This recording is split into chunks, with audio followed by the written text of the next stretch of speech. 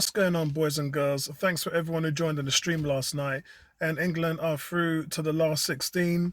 And we were all really there just marveling about our boy Saka. And the whole platform of how he's been able to elevate England is exactly what he's been doing for Arsenal. This guy was player of the season at Arsenal, and he was player of the season for a reason. And while there has been a bit of pressure on him, especially from a few people on our panel at 101, we have to remember that he's 19 years old, and regardless for what he's doing, he's punching above his weight. As I said, he has 21 assists in the last 2 seasons, which is as good as any player in the league as far as a creative standpoint. And while the goals are starting to come in, he scored 7 goals last season, which are double what he scored, the triple what he scored the season before.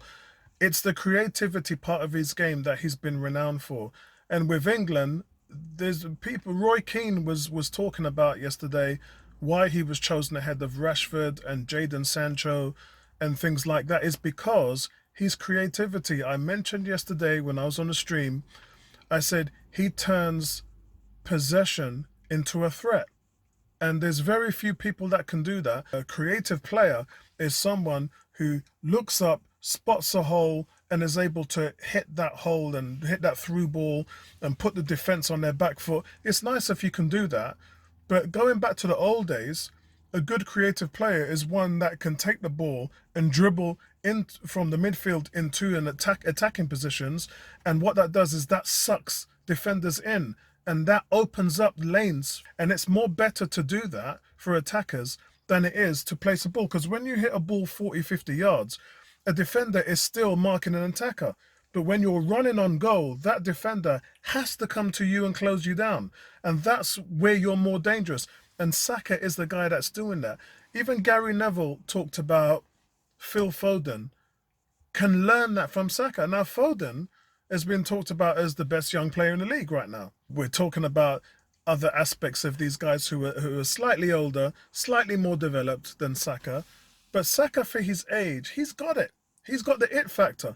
And a couple of people on YouTube, not going to mention any names as you guys know, you know who they are because you've been listening to the podcast, have said that they were surprised because for them, Saka in this game has told fans of other teams how good he really is, and that's put him on the map. I disagree, because I've made a big thing about in the last 5 appearances from Saka, he's been man of the match for England 3 times. And last night, it's now 4 man of the match games that Saka's had in 6 matches. Imagine that. 4 out of 6. That's like a 76% chance of him being man of the match when he plays for England. So when you've got all of these things happening, I don't believe that other fans from around the league and in England, people are looking at Saka as this is his coming out party. I don't agree with that because they've known previously, because of the games that he's played, because of his form in the Premier League, and the fact that he won Player of the Season. Now, if that doesn't tell you that this guy has arrived, nothing will. And all these different factors to his game, he's got so much more to go, and that tells you how high his ceiling is.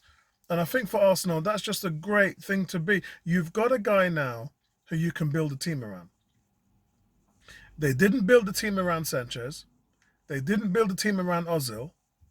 And they didn't build a team around Fabregas. That was the most important thing. That's what was upsetting Van Persie. Van Persie was like, we need to get this player, we need to strengthen, because Arsenal practically had one of the best midfields in the league.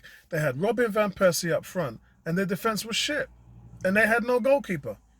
So in that reign, you kind of just add a little bit of a spine, and that team could have won things and been really successful at a time when it wasn't as competitive as it was now.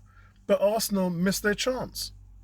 So I just want to marvel about Bukayo Saka. He's our guy, yeah? Just signed a new contract, and he's coming into his own now. And we can only hope that this will be the same for Smith Rowe as well. Smith Rowe, will you sign that deal, or will you be a commodity to Arsenal, which Arsenal can sell on, get 50, 60 million for, and use to reinvest? We don't know yet. but we'll have to wait to see what happens. Good to hear you guys' views and opinions on it in the comment section below. And thanks for supporting the channel, guys. Like and subscribe, and I'll speak to you in the next one, man. Peace out. Right back at you.